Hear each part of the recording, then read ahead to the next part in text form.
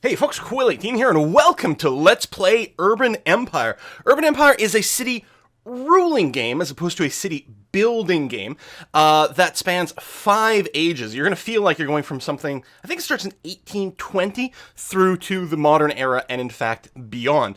It's published by Calypso Media, the same people who have brought us things like Tropico and Rise of Venice and Port Royale, and it's actually to me, playing this game, I feel very much like the closest thing I can compare it to is something like the experience from a Rise of Venice or something like that, these were trading games, right?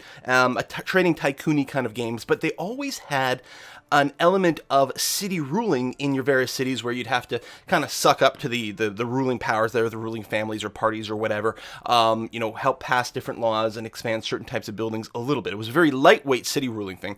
And I feel, to me, like someone looked at that and said, I could make a game based just around that and really expand that sort of political city ruling side of things. And so that's what we have with Urban Empire. It's actually developed by a company called Reborn Games, which is out of Finland. I'm starting to get the sense that the Finns are really getting in there with some game development. There's some cool stuff coming out of Finland. Cool, no pun intended, from Nordic country.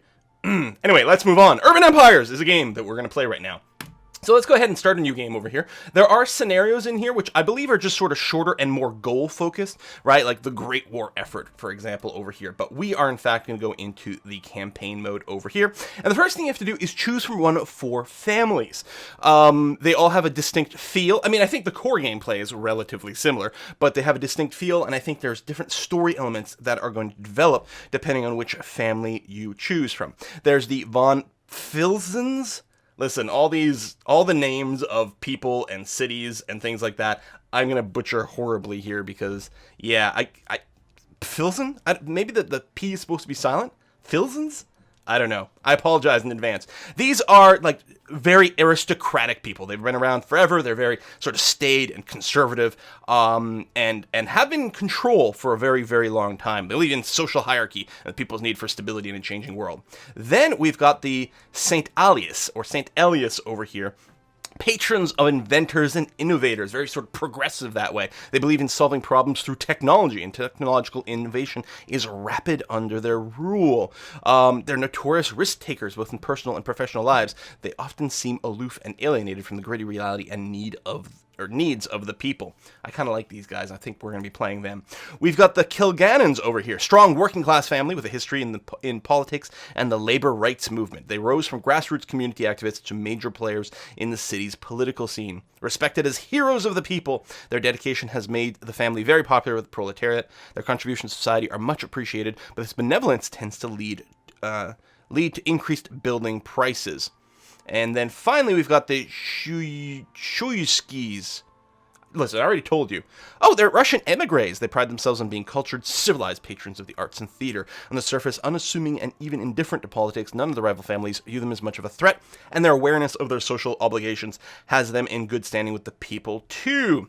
So, definitely some different flavors to each one of these guys. We're going to be playing as St. Elias because tech is awesome, and I like it. So we're going to be building schools and colleges and things like that, and really trying to emphasize that side of things. Or, maybe in a weird sense, we won't have to build quite as many of them because we're actually going to get sort of an innate kind of boost to those areas, and maybe we'll just get more bang for our buck, which is kind of an interesting thing to consider. Anyway, we're going to let that style, that idea or ideology behind these people sort of determine how we're going to play. We're going to roleplay them.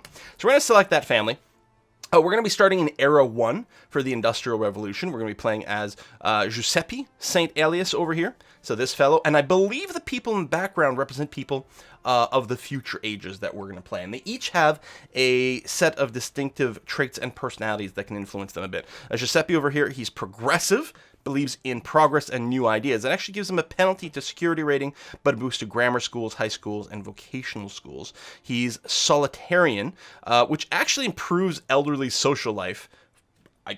Sure, all right, fine. But increases prestige costs a bit. We'll see what that is.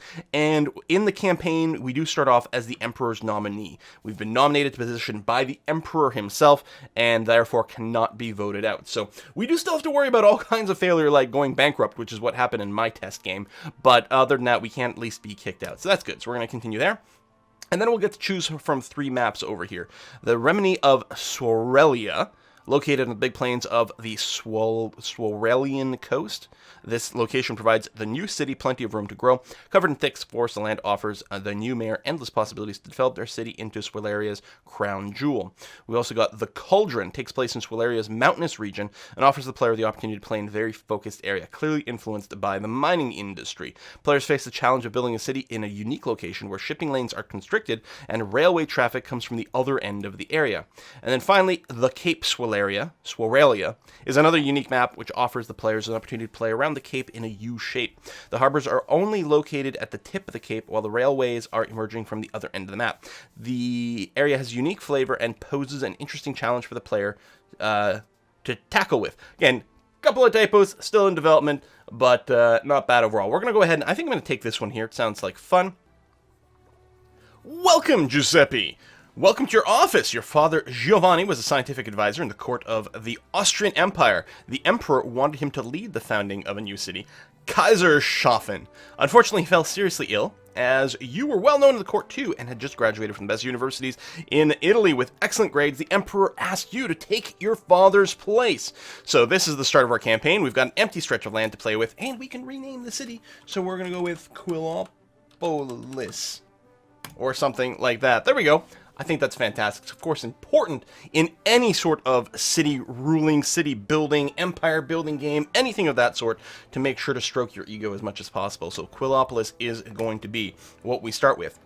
And there we go. We've got the world. It does start off in a pause state, prompting us to create our very first district. Again, if I had started this in tutorial mode, then I would be getting some extra prompts asking me, to do specific things and click on specific things, but we're going to try to go without being in the tutorial mode over here. So there is a main road going through the area, and that's what we're going to be connecting our districts to.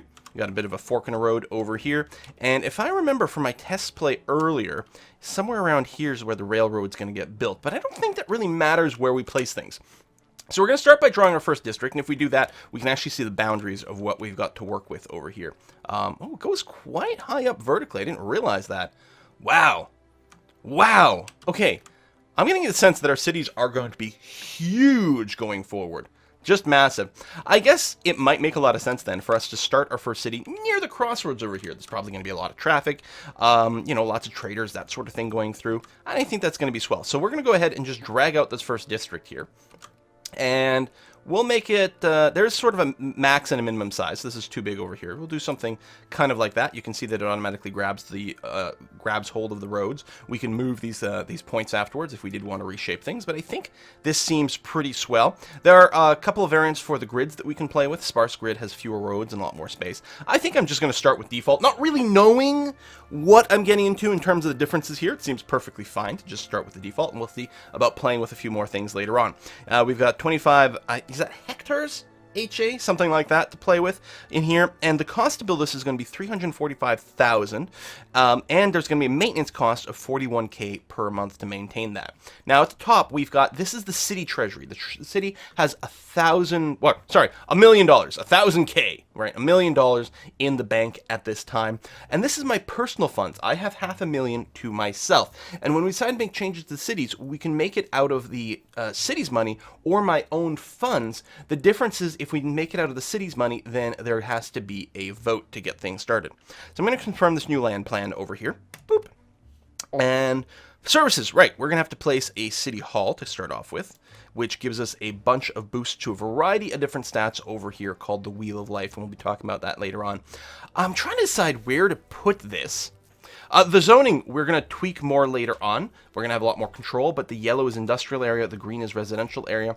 The blue or teal over here is a mixed area, which can be used by, I think it's shared just between residential and commercial, but I might be wrong. It might also be possible to do industrial stuff in here. And later on, you can have specifically commercial zones. Again, we'll be looking more into zoning a little bit later. So I'm trying to decide, like, do I put it right at the crossroads? It's going to have a radius that it gives its abilities to, and I'm thinking what I'm going to do is build it, I'm going to build it back here, because I think then it's going to overflow nicely some things. I think the city hall gets a radius. It may actually not. Tell you what, I'm going to put it here instead. It's going to be near the mixed area and some commerce and that sort of thing. I think that's going to be swell and lovely. So we're going to do that. So the cost for this service is going to be $25K to put it down, and a running cost of $5,500 per month. That's going to be fine. We're going to confirm that. And so this is the final district over here. The zone, the services, the infrastructure that's going to start off with. It's going to have some road grids, road capacity over here. We're going to see all those, and we're going to go ahead and propose this district. We can rename this district, so I'm going to call this Centerville, Centerquill. Centerquill. Shut up, it's awesome. $370K to build finally, and a total running cost of $46K per month. And we are going to start off by building this with our personal funds. We're going to establish this personal funds to have an initial city in place there. There's no city council yet because, you know, there was no city, but now there is. So our personal funds have gone down. The city still has plenty of stuff in the bank. The game is still currently paused. It is January of 1820. Every tick of the game is 1 month in here. And we've got Centerquill. We've got Center Hall, or the City Hall over here, that is providing certain services. And we'll see that going forward. We can click on the district. We can modify the district once it's built, and we're going to be using that quite frequently to change some of the services. I think we can probably go ahead and just unpause now and let time run and start to get a feel for a few things. So we're going to let it go to February, and then, we'll be prompted to choose a invention. So the progress cloud over here is basically the technology tree, or technology web, or I don't know, progress cloud is pretty good over here. These are the techs available to us in the first era. Again, there are 5 eras that we're going to be progressing through, and actually the number of techs seems to grow. Does it literally grow with every single era? Yeah, I mean, that's quite a bit of stuff. You can see by the time we get to the 5th era, we're talking about cloud computing, the internet, augmented reality, the Internet of Things, very, very, very advanced tech, genetics, that sort of thing. But right now, we don't even have electricity or the telegraph in place, right? Thermodynamics, gas infrastructure, telegraph, photography, very, very baseline technologies over here.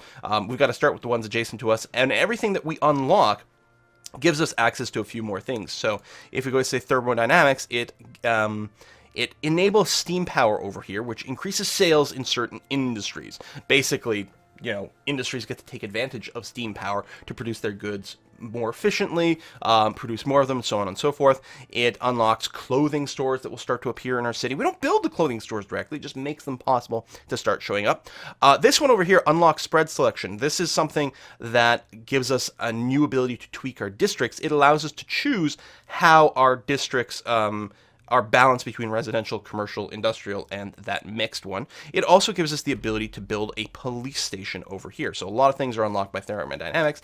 Telegraph, again, unlocks 2 new shops, newspapers, kiosks, shoe stores. It gives us the ability to place churches and theaters. It also unlocks a special...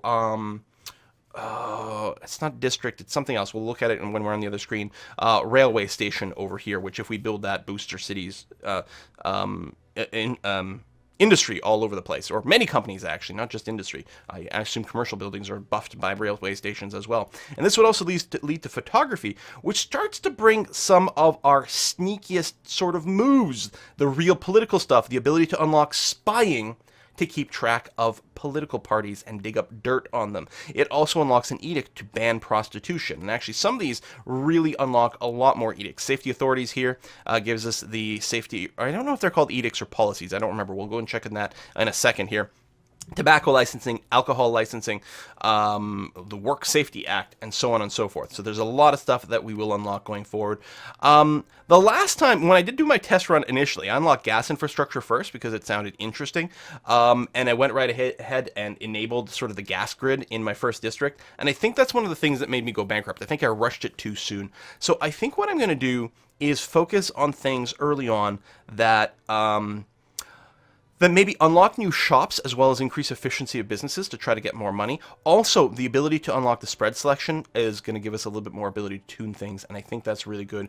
The Bessemer process over here also allows us to unlock the density slider for districts too. So I'm going to start with thermodynamics. I think that's going to be perfectly fine. It's going to take 58 months to research at our current rate of brain power over here. Brain power is what we use to tech up. We get 7 per month from the city hall by itself. As we build new schools and things like that, we're going to get a wee bit more. I think our leader, and we're going to go and take a look at that here, our mayor, the progressive... No, does not actually change the city hall, but it does give more brain power to schools, which means we can tech up even faster. So that's going to be nice. All right. So this is the city view. Let me pause again here before we go too far. That was the city view. Here's the progress cloud. And then there's another button here for city council. So this is the current city council in Age 1. There are 3 parties for us to deal with. I guess we'll click... I guess this order is fine. Currently, the leader of the city council is the Physiocratic Party. And if we click on this, we find out they are left-wing policies, or they want left-wing policies, and they want more state control, and they like to be loyal to the empire. So they want... so they want policies that benefit more people. They're not opposed to higher taxes. Again, that left-wing kind of party stuff. If we go and take a look at the National Swarelian Party, the main political agenda is to promote a Swarelian desire for autonomy and self-governing. They're in the middle when it comes to left and right-leaning. They are slightly conservative, and they do want that autonomy. We can actually see the graph over here where the Physiocratic Party lean left. Also somewhat conservative as well. And this does a good breakup of the 2 branches over here. Conservative versus liberal has to do more with how sort of progressive and free you might want your people to be, for example, as opposed to left and right, which represents, I believe, more of the taxation sort of spectrum of thing.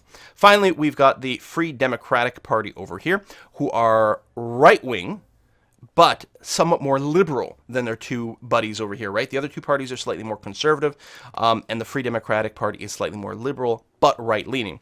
So they want more liberties from the empire and more laissez-faire than its rivals. So laissez-faire, again, they want, they don't want the government interfering very much into the stuff they're doing. They're a little bit more, I guess, libertarian is the way to think about these guys. So we're going to have to balance out their different desires. Right now, the National Swarelian Party only has 7 council members, so they're not going to be particularly relevant in our first few votes until the next election. But the Free Democratic Party and the Physiocratic Party are going to be very influential. You can see the party values here. The Physiocratic really love education services, so if you get that going on, they'll be happy. The Free Democratic Party wants environmentalism, and we can see their current support everywhere, and how they feel about the other parties. We've got a Goodwill Meter over here, which represents how much the parties in general approve of us or enjoy us as the mayor. The more goodwill we have, the easier we'll find it to get our laws to pass. When we do try to pass various laws and we try to influence these parties to slide over in our favor, it actually will cost us goodwill overall, so you have to manage that a wee bit. All right, we're going to go ahead and get started. There's a few more buttons here. Again, this is a Create District button. There's also a Place Institution button. That's where we're going to be able to place institution like railways, which are different from city services. And then we can get some data here. There's actually a lot of tabs with a lot of data for a bunch of different stats. But people are moving into our city here, which is wonderful. We're going to let them keep doing that. Notice there is an RCI graph over here. Residential demand, commercial demand, and industry demand. These are now flipped over to red. There's not, or balanced out here now for industry. These are going to wiggle waggle back and forth quite frequently. So there's still a lot of residential demand over here. So people are moving in right now. And that as people fill in this district, these meters will keep changing up over here. And we can see how they feel about different things. Right now, the city's average social life is actually quite good, but we have a negative rating for security, environmentalism, health, personal growth, and the city's average fun. Now, I don't think, if I modify over here, I do have grammar schools unlocked already. Well, I think we're going to go ahead and get that started. That's tough. That's interesting, because we do have a negative balance already. And the grammar school will cost us money. If we click on it here, you can see it's got an optimal range. So anything within this green area would get +6 personal development. Anything within the yellow area would get +3 personal development. We can also improve the optimal range later on. I would probably, this is all residential over here, I would probably do something like this. And it would also cover these 2 adjacent districts. So it's going to cost $125K up front, $16K a month to maintain. And we can see how the this policy would work. So the Physiocratic Party, because they are left-leaning, really like more city services, so they approve of that quite a bit. The other 2 parties are sort of middling. The Free Democratic Party, it's close to being in the red zone. They don't like a lot of government oversight and services and taxation, that sort of worry, so they may not be quite in favor of doing that. We might be able to get this to pass as is. especially as we start to sort of cajole people. But there is still a problem that our finances are pretty poor. So what I'm going to do is I'm going to hold off on that for now. And in the city council, instead, I'm going to start off by proposing that we start to tax our people. Right now, we're taxing everyone at 10% rate. We're going to go, in preparation for adding more services, we're going to bring that up to 20% over here. And yeah, because I'm going to be playing a very sort of tax and spend progressive liberal type person. Lots of services, and we're going to tax the people to do it. So again, here we can see the spread going on where the Physiocratic Party, again, they're pretty fine with all this, but the Free Democratic Party are not. But we're going to try to do this, increase our income, plus as more people move into our city, then we'll get more money regardless, and then we'll use that to pay for school. So we're going to propose this new taxation. We can see how people feel about it right now. So one party approves, one's against, one's kind of in a swing situation. But we might be able to work that a little bit more. So we can see right now, there are 9 people against 10, like these are declared, 9 people against, 10 for, and 42 undecided. Now, as we get closer to the actual vote date, which is going to take, I think it takes like 8 months actually for a normal vote, I'm not sure. The undecided will go and move towards one of the decided branches based on what their party preferences are, and probably a few other factors. Now, I could go and take a look over here at the Physiocratic Party and see, right now, or their voting status, they've got +9 because it's in line with their political compass, and I've got a little bit of political goodwill. I got that +3 over here, but that comes out to an extra 1 over there. So there's something in favor of this decision at this time, and they have 28 members overall. So I think 9 of them are voting for it over here. If we take a look, that's 1 against. Oh yeah, so I think over here, what this is doing, one of these people, because my goodwill, is voting for me in favor of this, which I think is what brings up to 10, but 2 of them are going to be voting against, and then over here, there's a bunch more against and for. I'm not sure, actually, if this maps to full votes, or just how things are going to lean overall. But right now, we've got a slight favorable, but who knows where it'll happen. There's not a lot of members in the, which party is this? The National Swirelian Party. But if we can get them to swing over, that's going to be sufficient. Assuming all 28 members of the Physiocratic Party go for it, we can probably get it done. So I'm going to start off with getting these guys to try to flip over. Now, I've got a few different ways of doing it. I can plead, demand, or threaten them. As far as I can tell, the threaten, like as you go further to the right, it becomes a lot more effective, but I think it hurts your goodwill or invests your goodwill a lot more. The other thing we could do is try to hammer away at the Free Democratic Party and get them to swing over. It's entirely possible that we can pull that off, or at least get some of their members to do it. The earlier we do it, the better. I guess I'll start by influencing the National Swirelian Party over here, and I'm going to demand that they vote for it because the future of our city depends on your choice. So we can see here the opinion of the current vote has moved 4.5 in our favor, but our goodwill has gone down by 1 over here. The net result means that the Swirelians have definitely slid over to the right a little bit here, and you can actually see the votes have changed. 1 fewer person against, 1 more person for, and most likely more of these people will lock in, which is good. Then what I think I might do is start threatening the Free Democratic Party. We're going to threaten them, and we're going to address the whole party in our... Oh, you know what? We're just going to talk to the party chairman in private. It's really early on here. We need the taxes to get things started. What can we do? So we've gone ahead and we've changed their opinion by +4, but we've hurt our goodwill by -4 over here, which is, having less goodwill, is going to bring down some of our influence in a few other places. So I don't know if this is really going to get us where we want, but we're going to try. And meanwhile, you know what? I'm going to go ahead and invite the party leader of the Physiocratic Party to dinner, just in case we need to do that. It does, again, reduce our goodwill, and maybe that's not the right way to invest things, but it keeps them locked all the way over there. So we can't influence the parties anymore right now. We can only do it once every month, I believe. We're going to let that run for a little while and see what happens with our first vote. Already, our income should improve every month as more people continue to move into the city and develop their stuff. Now we can click on some of these houses and figure out what's what. Residential building. Current density is low. They have access to a road grid. Very exciting. They've got a little bit of happiness. They're currently at -1 overall, but it's not too shabby. We've got 2 elites, 1 working class, and 7 lower class working in this neighborhood. 90% of them are employed, and they support various different parties. So let's take a look at the vote and how it's progressing over here. So it's still in our favor, but not as much as I might like. So I think what we're going to do is really cajole the National Swirelian Party and get them to toe the line. Again, I will demand, you need to understand how important this issue is. And then swing over. Oh, it didn't even cost me any goodwill. That's quite nice. And just get them slide over there. It looks like we're probably locked in. I don't think I'm going to spend any goodwill going and hammering away the Free Democratic Party. We did one token threaten, and I think that's going to be sufficient. So we'll go back to the city view, let time pass over here. Take a look at these industrial buildings. This is a... Oh, they're making footwear over here. So they've got various stats. Sales demand is currently low, and they're not making any money right now. Their efficiency's at -4, and the quality's at -3. We'll be able to tweak some things there later on. Council vote is ready, so it pauses the game for us. We're going to vote to modify the taxes. So we've got 23 in favor, 17 opposed, and 21 who are still sitting here undecided. I'm going to give one last sort of plea to the National Sparse Party. Very dear to my heart, please listen to me. We'll do that, get a bit more weight this way. So I suspect that if people just vote along party lines, I think we're going to be perfectly fine. So let's go ahead and just begin the vote and hope that that works out. Indeed it is. Not, not a crushing victory, but sufficient here. And we'll get the tax rate to be brought up, which is going to help our economy. Well, help our treasury. I don't know how much it's going to do for our economy, but we'll bring the tax up to 20%. There we go. Now we're turning a profit.